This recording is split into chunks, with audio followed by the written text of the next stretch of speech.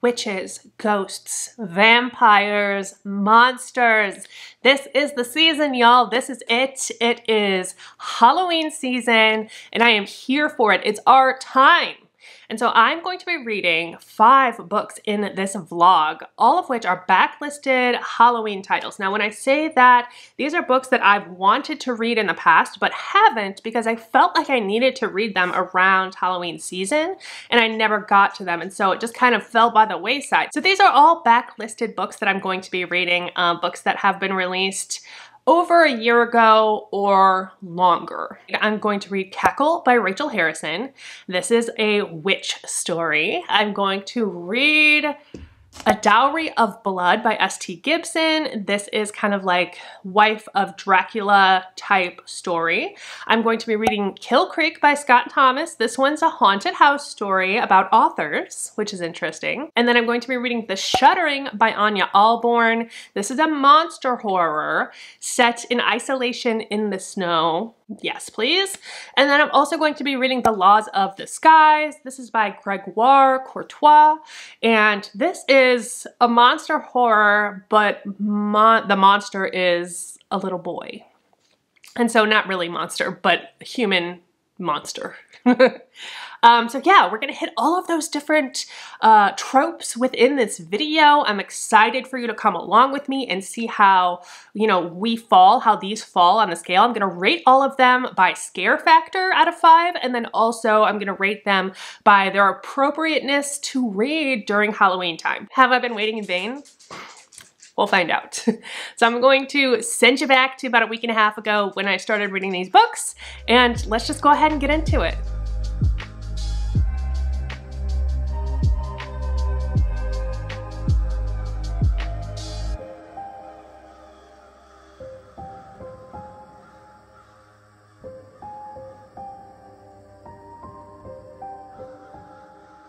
I just started Cackle by Rachel Harrison, and I wanted to check in with you guys before I get too far into it. I don't even know how far into it I am.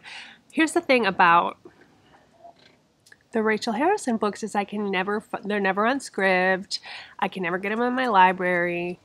So I had to use an Audible credit for this, so I hope I like it.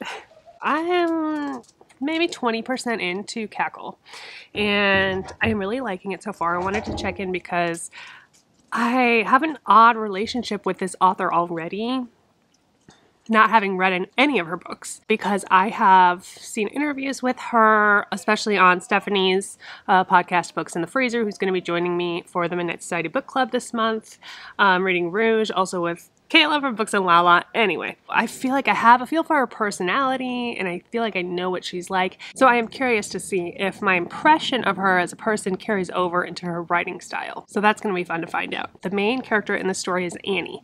I think Annie is the type of person who I immediately kind of related to. I think anyone who has felt like an outsider or different or awkward or maybe has low self-esteem, I think you're going to want to protect this character because that's kind of how I feel. Her boyfriend or fiance of 10 years broke up with her, said he wasn't feeling the flame anymore. He wasn't feeling the passion. I don't know. So he broke up with her, and she was too embarrassed to tell him that she still loved him. He was the one that was saying, like, look, we both know this fizzled out a long time ago. We're just friends. That kind of thing. And she's like, that was not my experience. But she can't say that because she's embarrassed. Anyway, so she's just kind of sad and she needs a break, she needs to catch a break.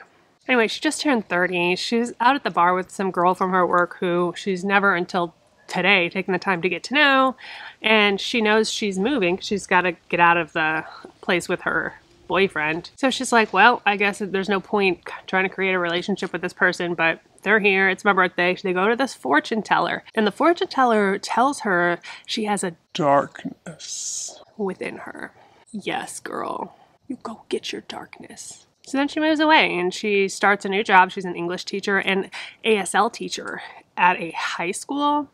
in kind of the middle of nowhere, and she moves to this really charming small town right next to where she works, to the town, one town over. Her house or her apartment where she's at now, there's like oddly infested with spiders, and she feels so alone, and she still talks to her ex-boyfriend now because they're trying to be friends, and it's just so sad, and ugh. So she goes to get a bottle of wine and she meets this person, Sophie, who is so glamorous and gorgeous. She just seems so like wise and sage, and like, is she a celebrity? Like, I don't understand. Sophie befriends her immediately. But everyone in this town is acting like they're trying to help her, but it's like fake. Like they're afraid of her maybe. I think in the premise it even said that like everyone thinks Sophie's a witch, so that's not a spoiler, but like the way it's being shown I really like. It's not being told, it's being shown because they're just walking through, hanging out. For some reason, she has taken a liking to Annie, and they're just walking around and everyone's like, "How are you, Sophie? Can I get you anything? I hope you had a lovely afternoon." So we're left wondering, what are they afraid of? Is it just that they think she's a witch? I don't know. I am starting to get taken in by this. I am enjoying this. Took me a second to get that like background stuff with the boyfriend and the other friend, who I don't know if she has really any other kind of purpose in this story whatsoever, if she ever will actually talk to her again, or if that was just getting us into her life and showing us a little piece of her life before. I don't know where this is going. I don't know, because I've never read by this author before, if she tends to go dark, or if this is going to be kind of happy ending but spooky gothic type of thing with maybe a little bit of something to say. It could go anywhere. Like, I don't know where it's going to go. So we'll see. Anyway, I will check up with you guys later because I am being long-winded.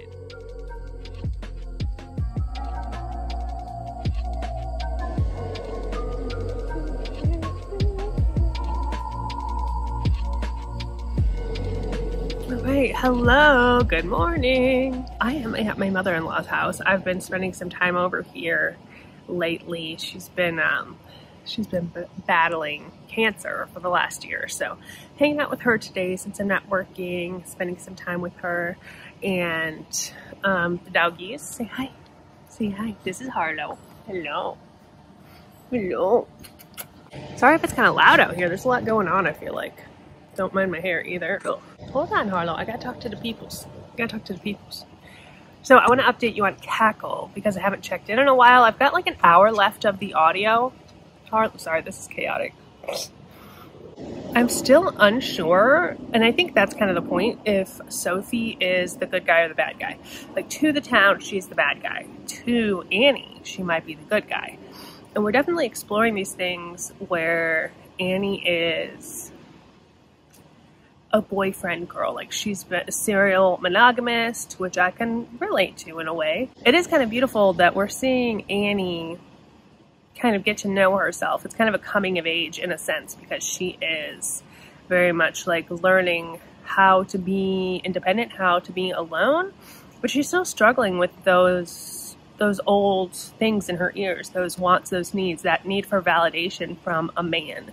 And so she's kind of going back and forth. The struggle feels real. The struggle feels real, like true to life. It might be trying to play with this idea of how different does not mean bad.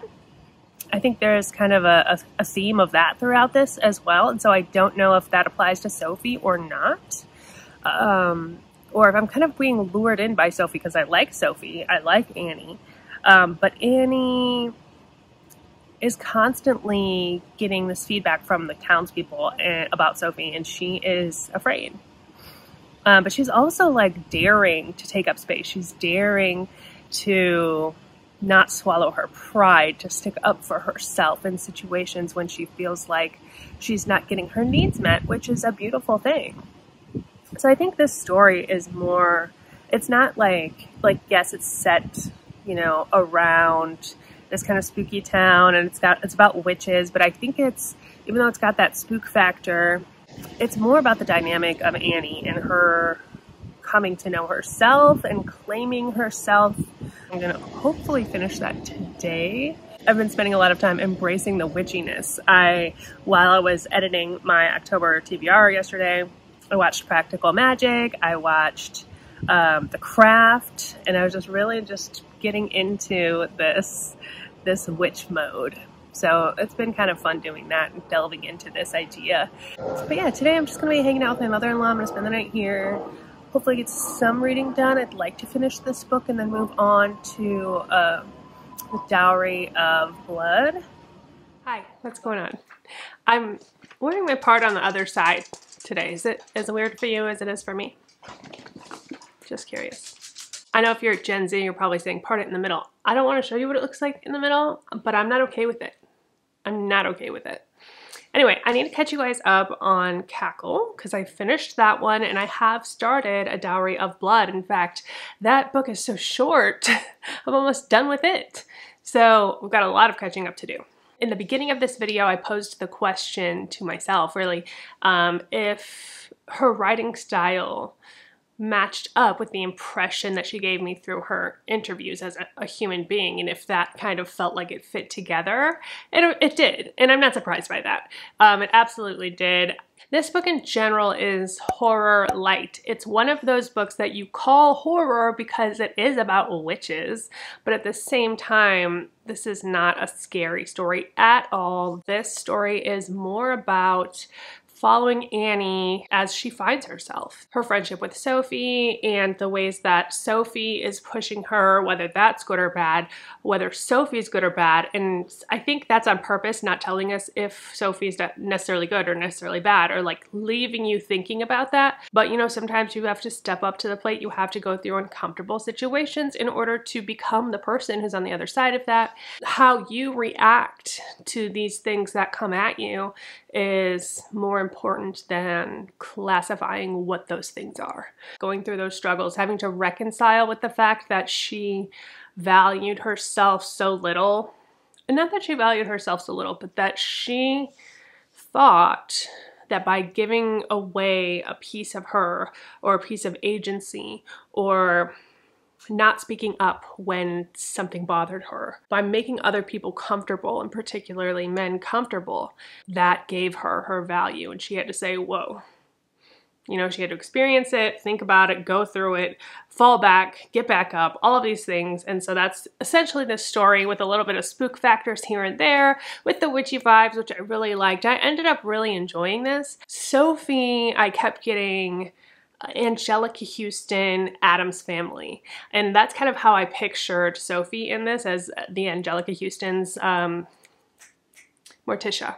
And I would say the Addams Family vibe is about the level of like horror that this is. And in fact, the Addams Family might be higher up on that horror scale. So if you're trying to get an idea of like, is this like, what is this story about? What's the mood? What's the tone?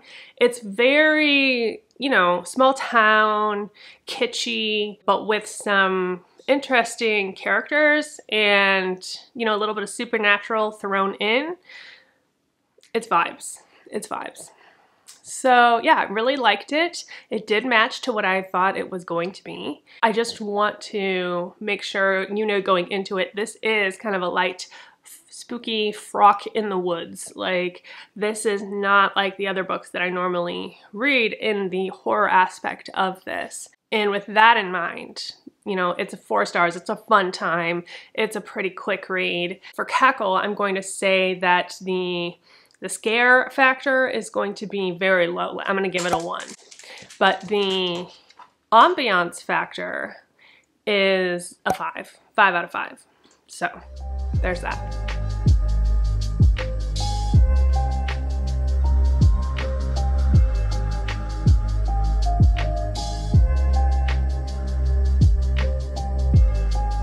Dowry of Blood, S.T. Gibson.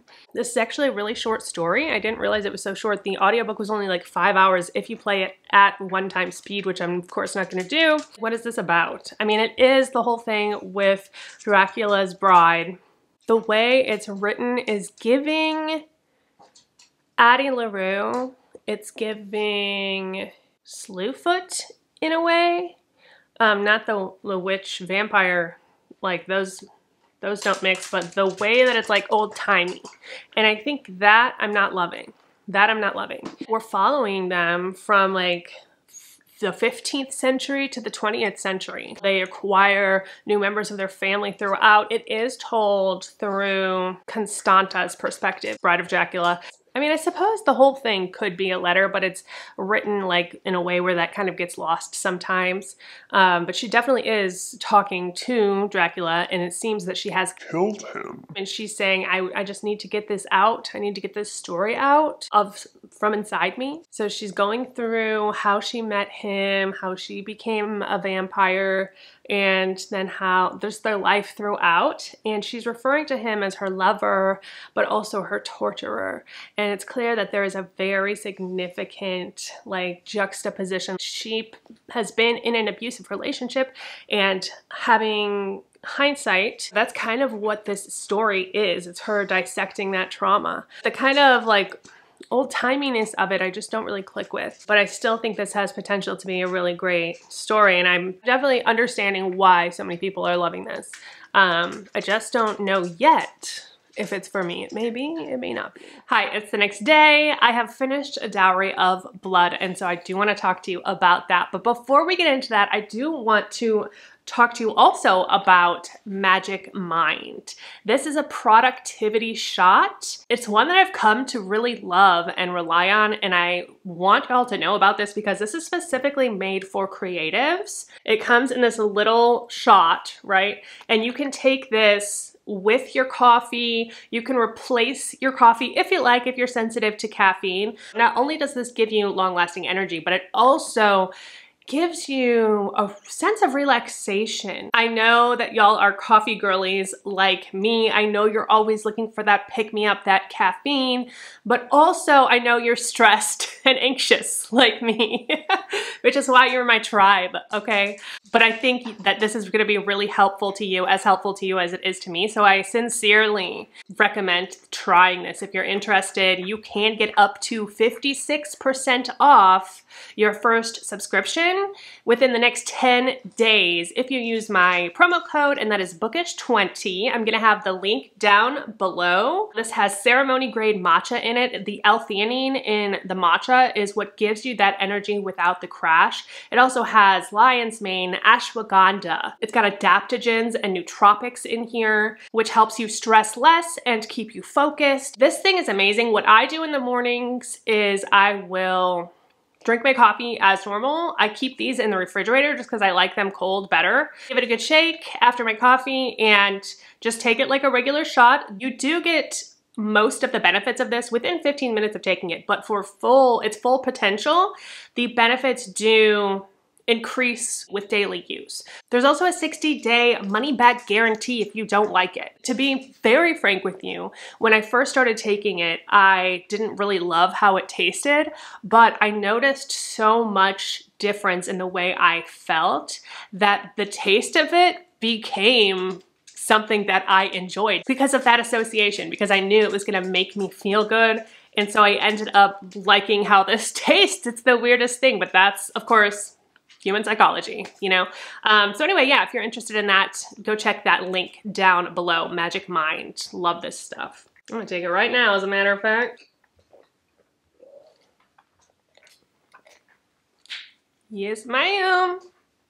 Oh, don't eat that dimmer, please. Okay, so Dowry of Blood, I finished it. I like it. I like it. I think it's gonna be a 4.5 for me. It's not perfect. It felt a little old-timey at times, which I'm not really into. I wish it would have dove a little bit deeper into the kind of existential dread that comes with vampirism, if we're gonna be talking about vampirism, which we are in this case. But generally, I would say this again is not horror. I mean, it is, but not in the way you think it is. This story is about an abusive relationship and this woman's journey out of it. So if that's a trigger for you, keep that in mind 100%, because there are so many abusive things in here that can be triggering. But I will say it made it interesting that it was set within this family of vampires. I think she's also trying to make a comparison between men and monsters. I mean, that's pretty clear. But I also think that both men and monsters are not innately good or evil, but individually they certainly can be. Also, I have not read the original Dracula. Like, I don't know how much of this story is drawing inspiration from the original Dracula, or even the Anne Rice Interview with a Vampire, which I have not read either, but I have seen the adaptation. But I feel like I probably would have gotten more out of this had I read the original Dracula. His name's actually never mentioned, I don't think. They never say Dracula. So maybe it's not even Dracula. I don't think they mention his name. She calls him my lord, or my love, or my torturer. And he's the archetype of Dracula, if nothing else. In this version, and I don't know if this is taking something from the original and playing with that, or if this is completely original to this character, but in this version, Dracula is kind of a scientist. Like, he is obsessed with experimenting on the nature, or the difference between the nature of men and the nature of vampires. And they don't get too deep into that, but I really thought that was an interesting character trait. And I think that is the nod towards like monsters and men and that whole parallel we just talked about. You know, they build this family over time. It's not just Constanta. There is Magdalena and there's Alexei. And Alexei's a very young man. I don't know exactly how old he was supposed to be, but I feel like probably like an 18-year-old when they bid him join the family, aka killed him and made him into a vampire. So all three of them are really battling with their relationship with their lord, and this is written in epistolary form. I think it's meant to be her ode to him. She's explaining why she had to do the things that she had to do through this letter, and it's not even really for him. It's just like for herself to work out her thoughts and work out her trauma and her feelings. Oh, one quote that I thought just hit really hard was, "It would be easier if he hated us," she said, "but he loves us all terribly. And if we go on letting him love us, that love is going to kill us. That is what makes him so dangerous." And so this, again, we're talking about abusive relationships in general, why people in abusive relationships stay in abusive relationships. It really makes you understand that dynamic, because she is just battling with this idea that he does love them. Like, he loves them. He made them. He sired them. But he's also manipulative.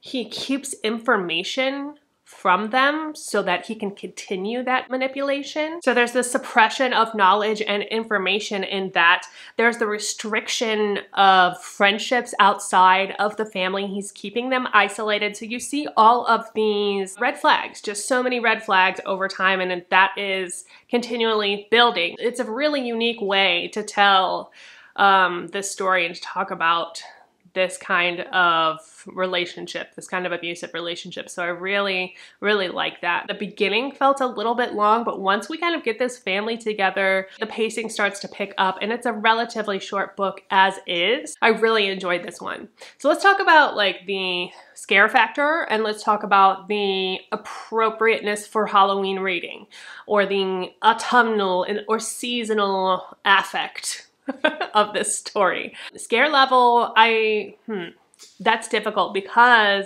it is scary. Like, this is talking about some heavy-hitting issues, and that is scary, and it's honest and brutal in that way, but it didn't have me shaking in my boots. I would say I would give this between a 2 and a 3 stars for scary. I'm gonna give it 3 stars because of the heaviness of it.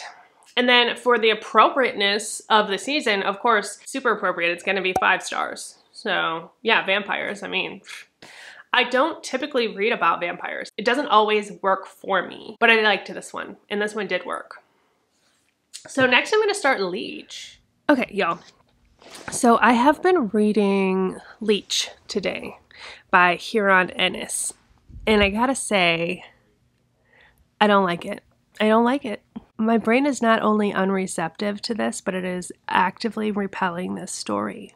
Like, I cannot, and I think part of it is because it's in first person, present tense, and we're following a parasite. The main character, and I think that confused me at first because I didn't realize the main character is a parasite. So they're in this host body, and the body is this doctor that is coming to the Baron's castle, after the Baron's old doctor died. And he's talking about they, I don't even know, the new doctor is talking about how they're like, have 100 brains and 100 hearts. But it's just one person, and at the same time, not that person at all, because that person is a host. So I have no idea of what they look like in my mind, like nothing. It's just empty space, and I think that's why I'm having a hard time picturing what's going on and listening to anything this thing says, this parasite, because I don't get it. I don't care. And it's really weird because I love like weird stuff. I love the idea of parasites, and it's bothering me that it's like old-timey, because it's like the Baron's castle and all of these things, but that doesn't make sense either, because I love like castle-y things. I love Pride and Prejudice. I love Shakespeare and medieval times and the Ren Fair and Game of Thrones, and it's like, it doesn't make sense that I don't like this, but I don't at all, and I'm 25% in, and I can't imagine doing that another 3 times, so I think I have to DNF this. I think I gotta do it. I mean, I just, like, my brain's refusing to cooperate. I don't care. I can't pay attention, and I don't know why, because the narrator, I'm listening to the audio, and I like the narrator's voice. She has a very pretty accent. I think I have to DNF this. So I don't even know what I'm going to start reading next. Oh, so meta. I'm taking a break, and I am going to watch Lessons in Chemistry. I can't wait for this. Okay, it's eclipse day. This shadowing does not normally happen. That is from the eclipse, I'm pretty sure. So we got our glasses. Let's see if we can see through here. That'd be cool, huh?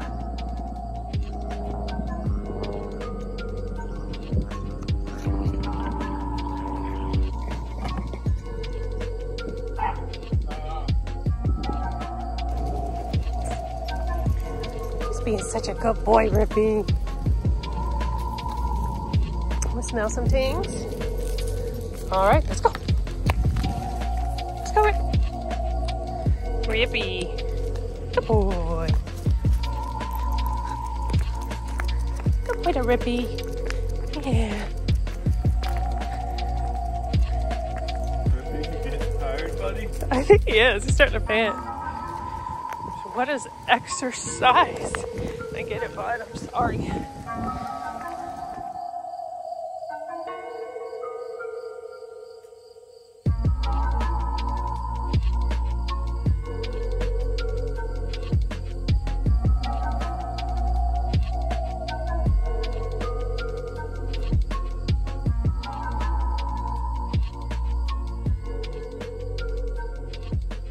Let's talk about Kill Creek, because this is what I'm reading currently. I definitely DNF'd Leech. I still feel kind of bad about that, but I was not feeling it at all, and so I'm glad that I followed my gut with that one and just put it down, because it wasn't working for me. So I'm about 40% into Kill Creek, and I'm on page 180. And I'm enjoying this one. Well, I'm not loving it, but I'm definitely enjoying it more than I did Leech. I'm like understanding what's happening, and I'm able to follow the writing. So there's that. This one I've actually had the book for a while, and this is actually perfect because it's literally set on Halloween. Like, it leads up to Halloween. Right now it's Halloween day where I'm at, 40% in. We're following these 4 authors who have been brought together to this house called the House on Kill Creek. This house was built in the mid-1800s by a man that built it by himself. And then later on in the mid-20th century, there was this family of sisters, 2 sisters, the Finches, who bought this house. One of them died. The other one shortly took her own life, if I remember correctly. I'm trying to pay attention to the lore of this because I know that's what I always say, like, bothers me about haunting stories is that like it doesn't have an explanation. So I'm trying to like stay in tune with like why this place is haunted, but it's not necessarily adding up unless that's something that's going to be revealed down the road, like what actually happened to the initial guy and why, you know, this house is for real haunted. But I'm glad we're at least getting a little bit of background story. They're all very distinct horror authors. They're distinctly different. And I like that. We're following Sam, who I think is our main character, or at least he's getting more attention than the other three. He's had something happen in his past that he's not dealt with, and that is coming through in his writing. Like his writing feels held back. His first book was very honest, but since then they've been going downhill, and now it's been 2 years since his last book and he hasn't even started on a new one.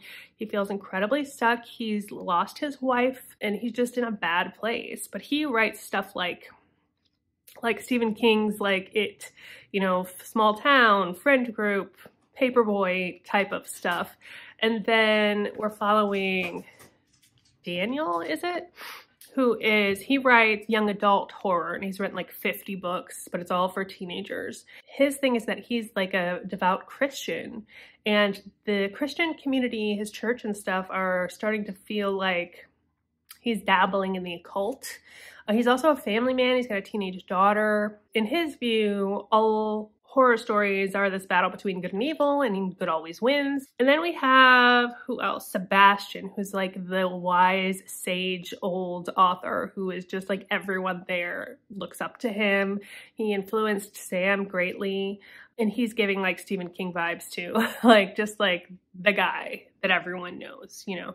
But he is older, and he's like the old man of the group. So that's gonna play into this too, I think. Then we're following Moore, who is the only female author. First of all, did I mention that I love that this is about authors? Adding this to my list of horror books about authors.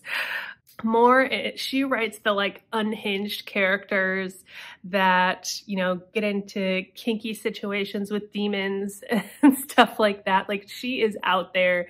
She's wearing like all black clothes. She's got some trauma too, but she kind of puts up this hard edge, I think, as like a defense mechanism. She's interesting to me, obviously the most relatable of all of the authors for me.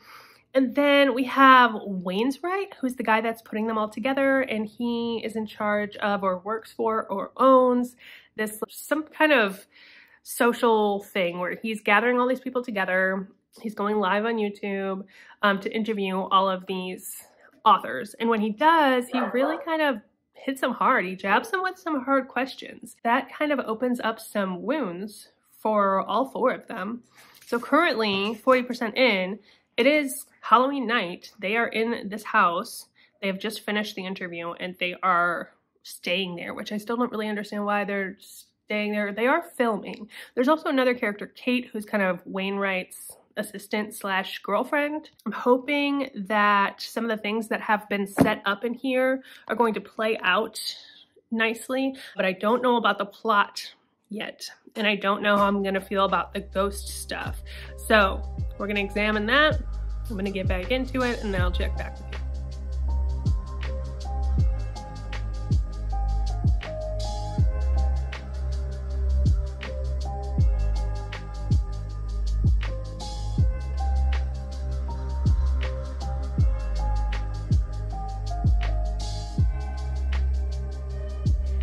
Hey, what's up? So I finished Kill Creek and I want to talk about it.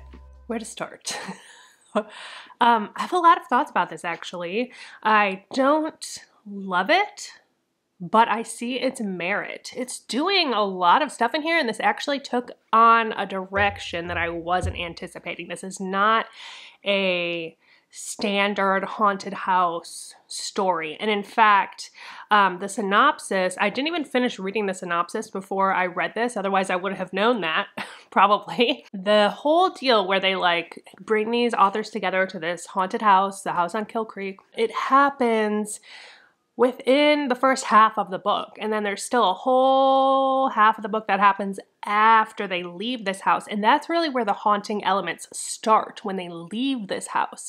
The interesting thing about this is that it almost is playing with this subgenre in a different way. This does something with the horror element that kind of changes the subgenre. And I don't really know how to explain that other than I would compare this kind of haunting, this supernatural element to that of Pennywise in It by Stephen King. This presence that can kind of pretend to be other things based on the person that it is haunting. The origins of this are different and unique, and I really like the origin story of this as far as like me being obsessed with like, why is this haunted? It absolutely explains that, but it does it in this kind of metaphysical way, which is really interesting, and I can get on board with that. I can. But I really think this is essentially It by Stephen King. Like, you have this like friend group, but instead here it's authors that aren't necessarily friends, but then have to like band together in order to defeat this force, right? I like where he went with the ending on this. I thought it was interesting, and it gives you that little last minute like, oh, what's gonna happen here? I really liked that. There were some parts in here that could be considered fatphobic, so just a heads up for that. It didn't bother me, it didn't trigger me, but I can see how it could for some other people. I think that fans of Stephen King, like diehard Stephen King fans, would love this. I do like the inclusion of the kind of reality TV aspect of this, where they're live, they're doing a live interview. I, of course, love that this is about authors. It just felt, I don't know how to describe how it made me feel. Like I was ready for it to be done before it was done. I think it's a little longer than it needs to be. How long is this? 400 and some pages. He does tend to ramble on a little bit like Stephen King. I definitely feel like he is very influenced by Stephen King. I think this is gonna be for a very specific audience of people. I think I'm gonna end up giving it 3 stars. I think it's fine. I really liked some parts of it, and other parts of it I just wasn't caring. As far as how creepy or scary this is, I think it could be scary for some people. People that like reading about haunting stuff and that are creeped out by that, I think you'll definitely be creeped out by this. The body horror is very decent. So I think I'm gonna give it a 3. And then as far as it being appropriate for Halloween, literally like half of this book is set on Halloween day, so I don't know how it could be more appropriate. So again, I have to give it 5 stars. Kind of boring, but like, because we've had all 5 stars in the apt for Halloween, but what can I say? I have a good picker. So yeah, I'm gonna move on, and the next book that I'm gonna read is The Shuddering by Anya Ahlborn.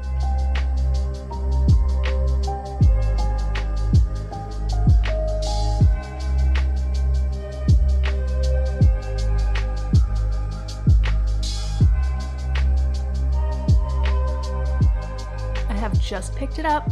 I don't know how I feel about it yet. The audiobook is a male narrator, so I'm kind of like, you know, I'm automatically wishing it was a female, but that's just me. That's personal preference. And we're following there's like this introduction. We're following this older couple, and they live in the mountains, in the snow, in this little cabin, and he's so in love with his wife after like 30, 40 years of marriage. He's still so in love with her. It's just this brief little snippet where we get to see kind of this glance of his life, and he's like, oh no, the winter storm is coming in. I better go get some wood, otherwise I'm gonna regret it later. And so he goes out into the woods, and then at that point he sees this creature. This is a creature feature. It's a monster horror. He remembers when he was a kid, his dad used to tell him these stories about these creatures that would come out when it snowed to hunt. His whole life, he went without ever seeing one, and he sees one and it kills him. And the whole time he's thinking, please, like, he's sacrificing himself so that they'll take him and maybe be full and not go after his wife because he's so in love with his wife. So mad respect for his dedication to his wife.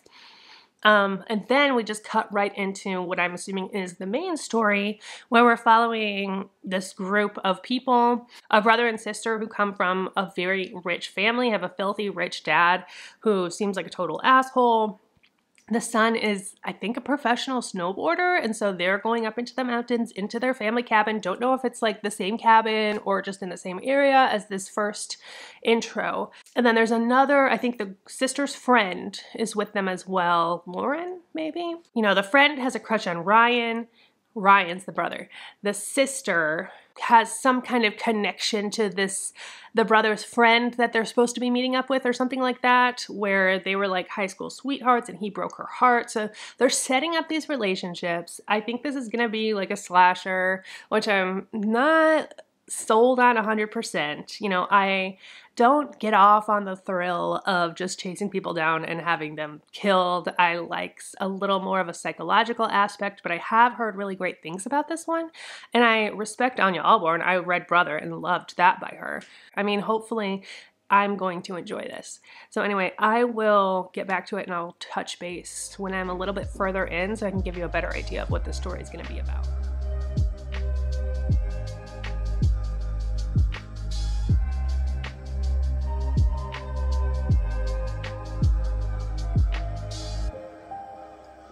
Hey, buddy. Hey, buddy. Where's your brother? Where's your brother? There he is. Hey, buddy. Hey. What you do? Do you see it? Do you see it? Oh, you're warm, bud. Is it warm out there? So I want to talk to you about a couple of books. I finished the Shuddering and I have started The Law of the Skies. I was going to read Goddess of Filth, but then SCRIBD took it away from me. It gaveth and it tooketh away.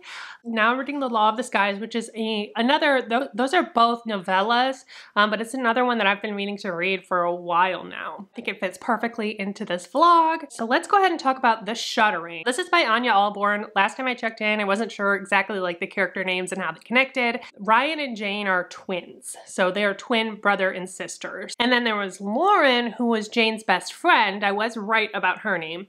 And then Sawyer, who is Ryan's best friend / Jane's high school sweetheart, kind of the one that got away. And Sawyer is showing up with his new girlfriend, April, who is kind of different from everybody else. She's a little bit alt and she doesn't quite fit into this group. Let's talk about the intro with the older couple. I liked the formatting of this book because they were able to kind of kill off these characters that we didn't form a connection with. It's like right in, you meet them, they die. They did that several other times. And I liked that she put that in there because you were able to give the reader an idea of the danger here, the danger of these monsters, whatever the hell they are, without killing off all of your main characters off the bat. Now, the audio for this one was interesting. Actually, his voice had a strange affect to me. It sounded like Forensic Files. And I know this well because I fall asleep to Forensic Files and I know that man's voice. And so it kind of sounded like that, like it was being delivered in a way that was almost like broadcasty. And I don't know if that's a trend or what. I've recently come across a couple of YouTube channels that talk in this kind of like newscaster voice, and I'm so confused by that. So I don't know if that's like what makes you sound professional. If that is, then I'm sorry, because I've never tried it. Maybe I should. The writing style is easy to follow. Sawyer and Ryan are such great rep for non-toxic male relationships. Sawyer and Ryan have a moment when... I can't do it. See, I can't do it. Seriously though, Ryan and Sawyer, I did feel like really had positive, non-toxic masculinity male relationship, straight male relationship. They had this moment where they were just joking around with each other and pretending they were going to have this lurid affair in the night by the fireplace on a fur rug and like sip wine together, and like they both know they're joking. They're not afraid that the other one's going to like hit on them or something. They're best friends. So I really got the feeling that they were, like that was true, like they were best friends. She does things like that throughout that connected me to the characters. I've looked up several reviews of this book since finishing it, and it seems like several people have an issue with the way that the characters are written. They feel like they are obnoxious, privileged, and just annoying. I do get that, but I did feel like those little moments like that, where they're having these conversations together, really made me feel like they were truly well-written characters, even though they are kind of annoying. But I think that's intentional because we gotta have some drama in here, you know? We gotta have some drama. Now, the other element that some people either love or hate, it seems, is that there is a lot of romance happening in this story. I personally like a romance subplot, so that did not bother me either. There's two kind of separate romances happening at the same time, 5 people, 2 romances, so obviously someone's getting left out here. So I felt like that added to the drama, and it kept my attention in between figuring out stuff about this monster. Now, the monster itself, I was not able to picture in my head, other than just like, at one point she said each tooth was equivalent to like putting 2 fingers together and then coming down to a point. Like that would be the size of each tooth, so if you can imagine. But at the same time, I never got like a mental image of what they actually looked like. So I would have liked a little bit more description in that. The way this turns out, the people who survive are not who I expected to survive. And the ending, I actually really liked. It had a little bit of a plot twist at the end that was not necessarily bringing hope for these characters. So I liked that. I don't know if everyone else would. Generally though, I think this was just fine. I did enjoy Anya Ahlborn's book Brother more than this. I think Brother is probably her most popular book. So I am going to give this 3 stars. I think it's good. I think it's going to be a little bit niche. Like there's going to be some people that really enjoy this and some people that don't. And I think based on the reviews, that seems to be accurate. The action of it is well done. It's fast paced with those interspersed side plots that are going on. I wasn't scared by this, but I can see how others might be. Books really do not easily scare me. I really need the like jump scares. I need the like tone to be set by music. So movies, on the other hand, terrify me. I would give this a 3 out of 5 for creep factor. I think that evens it up with the last book. Is this appropriate for Halloween time reading? I mean, I think yeah, just because it's a monster horror and, you know, it's scary, but not beyond that. Other than the fact that it is a horror book, I don't think it's specifically meant to be consumed in spooky season. I did like the isolation in this. I love isolation in the snow specifically, and so this hit the nail on the head for that. So I'm gonna give this about a 3 for Halloween aptness as well.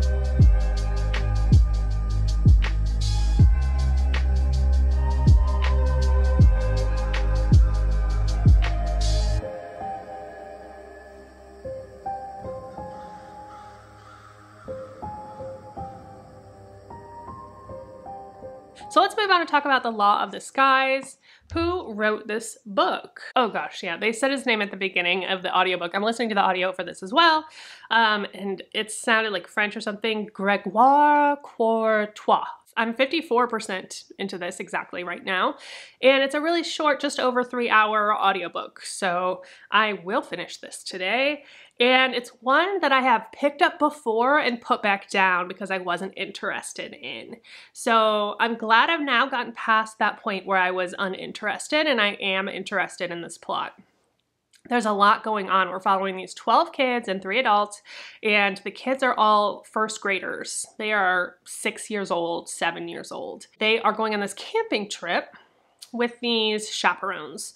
2 are moms of the children. One of them is their teacher. I'm interested to see how this is actually written because it's kind of like the way we switch points of view in here. It's in 3rd person, past tense, but the way they switch points of view is so interesting. A sentence is connected and then it just carries over. It's like, how do I explain this?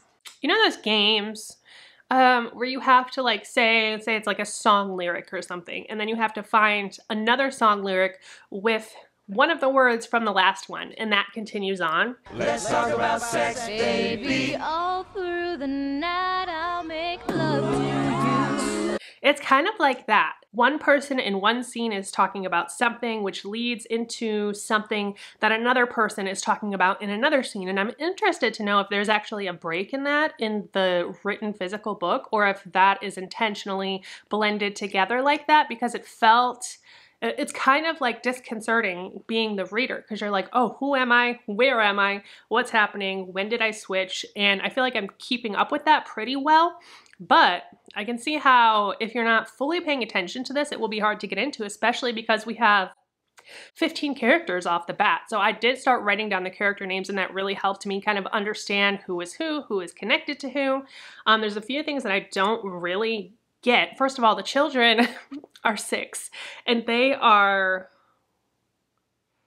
so capable.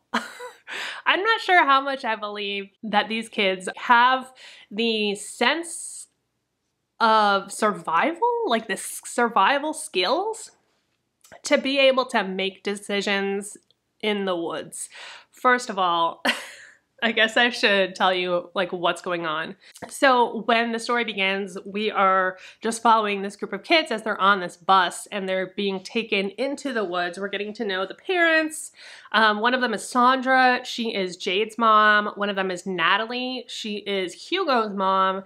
And then, of course, like I said, Fred, the school teacher. A quote from the very beginning says, "The children are on their way. They would never return." So you know going into this that everyone's gonna die, I think. Anyway, that's what I assume from that line. We also have like a psychopathic child, Enzo, who is terrifying, honestly. He's pretty scary. You can tell that his dad is clearly a terrible person and has raised him, probably does hit him, we know this, and has raised him to think that strong people hit things and weak people get hit. And that is his philosophy. Like he is going to be in charge. He's going to do whatever he has to do, including violence, in order to get his way. And so as we come into this clearing in the woods and they're getting to their campsite, one of the moms, Natalie, realizes she is very sick. She's got a stomach bug or food poisoning or something, and she's just shitting her brains out in the woods. Pardon my French, Dad. My dad doesn't like that I swear on my channel. I'm sorry, Dad. I'm sorry.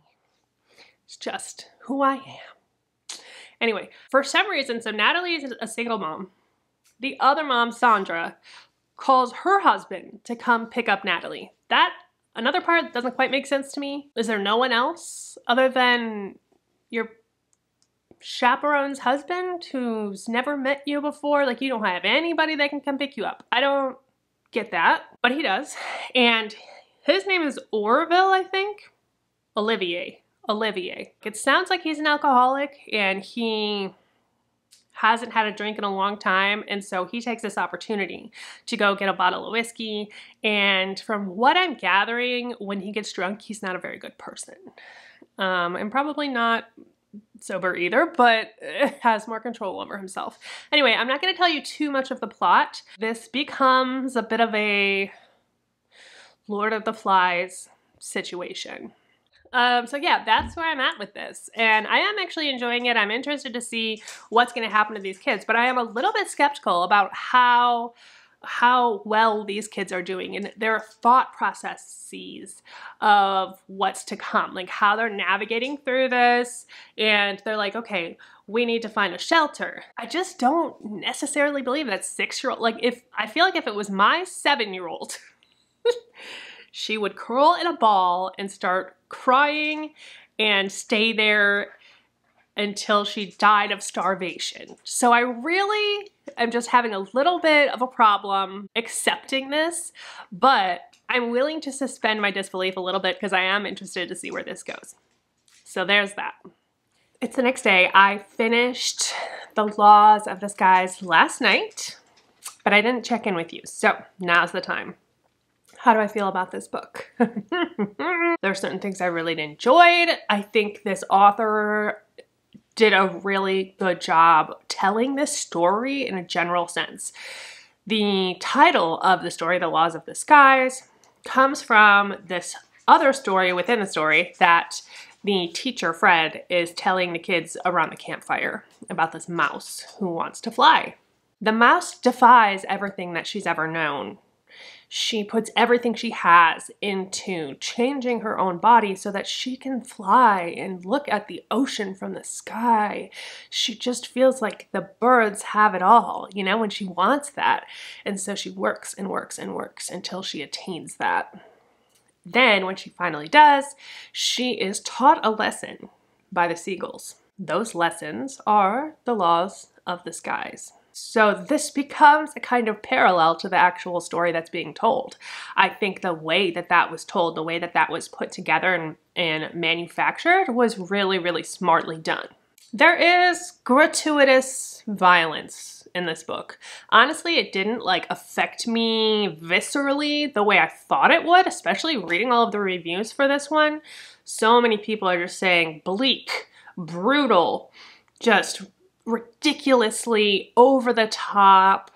And it is. I think most of those reactions come from the fact that these are 6-year-olds. I think if this book was set up with adults, it wouldn't be so horrific. But because these are children and we don't necessarily associate kids with this kind of violence, it is extra disturbing. So I think that's what's getting everyone. And I think why it didn't affect me as much is that I just did not believe that these kids were 6 years old. I just didn't. I could buy if they were 11 or 12. I could buy that. But these 6-year-olds, there would be no story. There would be no story. They would all just huddle together crying. They would have no idea what to do. I don't buy that. I just don't. If you are sensitive to triggers, I would definitely recommend you look up trigger warnings before reading this story. It is, it leans into that violence, and especially towards the end, it's almost like a growing feeling. It's a growing thing of its own, this violence.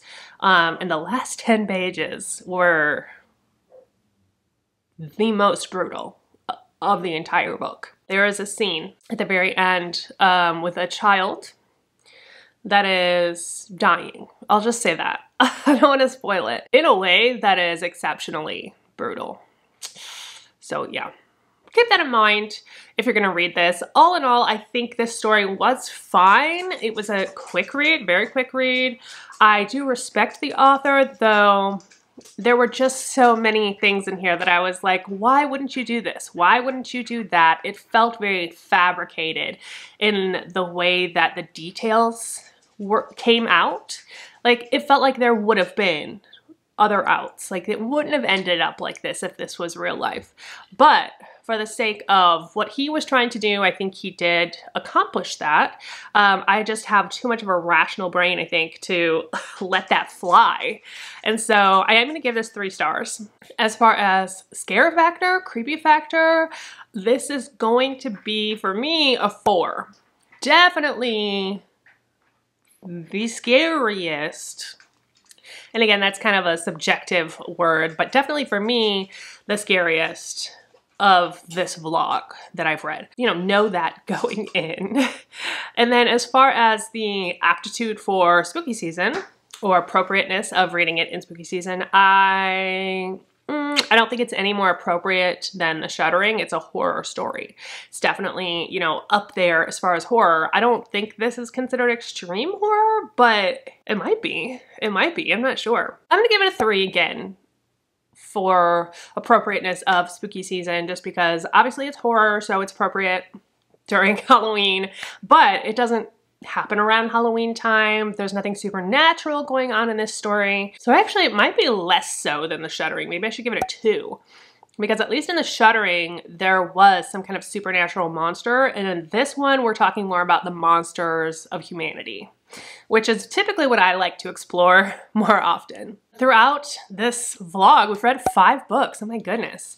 I feel really satisfied that I've gotten all of these backlist titles checked off of my list, that I have read them, I can recommend them or not, I know what I think about them, and so I'm really happy I took this time to do this. I feel like there was a divide, like a vast divide between the first 2 books that I read and then the last 3 books that I read. These 2 are lighter, have more social commentary, they're more feminist fiction, and then these 3 I would say are for more horror fans that are in it for the scares, the brutality, things like that. So depending on which side you fall on, I think you could definitely get a recommendation from this video. Thank you so much for hanging out with me. I honestly appreciate you guys so much, especially those of you that watched this video to the end, because I know how long this is, so you are amazing. And if you are still watching this, why don't you give me a skull emoji? Just let me know that you are a ride or die, and I love that. Also, let me know in the comments down below what you think are kind of, not classic Halloween books, but books that are very much giving you fall, autumnal, spooky season. And I would love to maybe put some of those together for next year and we could do this again because I had a really good time with it. Also, don't forget to hit that link down below for Magic Mind if you're interested. Just go check it out, honestly, because it helps me even if you just click on the link. And if you're interested in getting a subscription to Magic Mind, which honestly I highly recommend because this stuff is so amazing, use my code BOOKISH20. Don't forget that life is short. So read Wryly. Cheers and goodbye.